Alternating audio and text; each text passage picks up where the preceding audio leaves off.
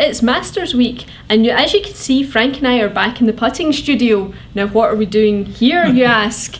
We should be at the Masters. Yes, you're right. Unfortunately, we had a bit of a travel hiccup on our way back from South Africa, so we find ourselves here in Orlando, which is never a bad place to be. So we're looking forward to watching the Masters on TV this weekend.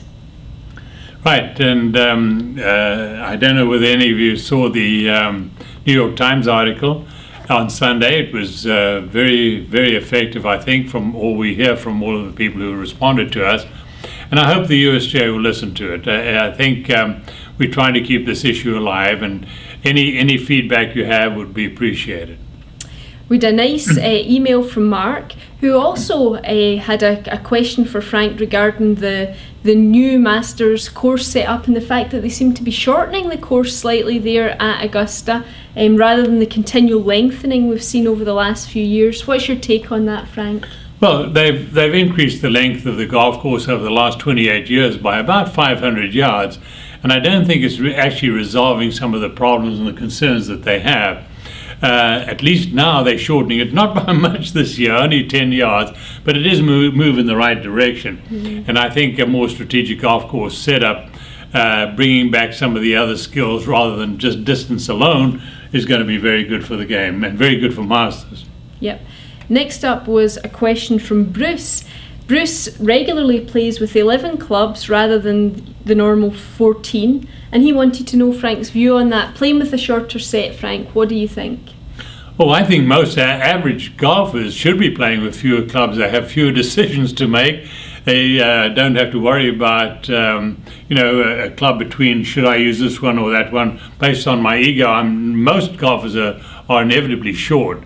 So I think fewer clubs is proven to be fairly successful. In fact, I only took 9 clubs with me to South Africa and London, and we played very successfully in St Andrews as well. And I don't think my scores were detrimentally affected. On 1 or 2 occasions I may have been better, but anyway, no, I think a shorter set is very good for most golfers. Let's move on to our rapid fire section. Mm-hmm. First question is from Sherwood. Why are graphite shafts half an inch longer than steel, Frank? Well, the reason for that is that the shaft is a little lighter, and as a result the swing weight is down, and so the manufacturer doesn't have to make a different head. He just increases the length of the shaft a little bit and brings the swing weight back up. So that's one of the major reasons for it. Okay, next was a really good question from Bill. He was working at a PGA Tour event and noticed the practice balls on the range had practice stamped on them, and he wanted to know the difference between that and those balls and a regular ball and an X-out ball. What are the differences, Frank? Well, during these major events, the balls with practice stamped on them are no different than the regular golf balls. In fact, the pros insist on having not only the good golf balls, but the make that they actually use. Right. No, there's actually no difference. The X-out balls may be different, but they don't practice with X-out balls at major events. No, can't imagine. No. See them raking around for the X-out ball. Finally, Clayton wanted to know why so many amateurs were switching to hybrids, but we don't see so many professionals use it. We see a lot of professionals still using the long irons. Right. Well, the hybrid is the best thing that's happened to the game of golf in the last 20 years.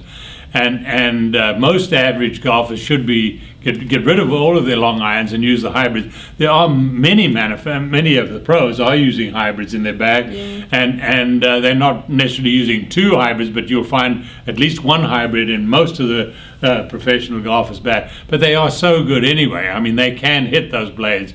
We can't do that, and so we need all the advantage we can get. So yeah, it's a very good club to have in your bag. Well, that's it for us for this week. So we hope, Frank, what's your pick for the Masters? Do you have someone that you think is going to feature? You can't fight against Tiger.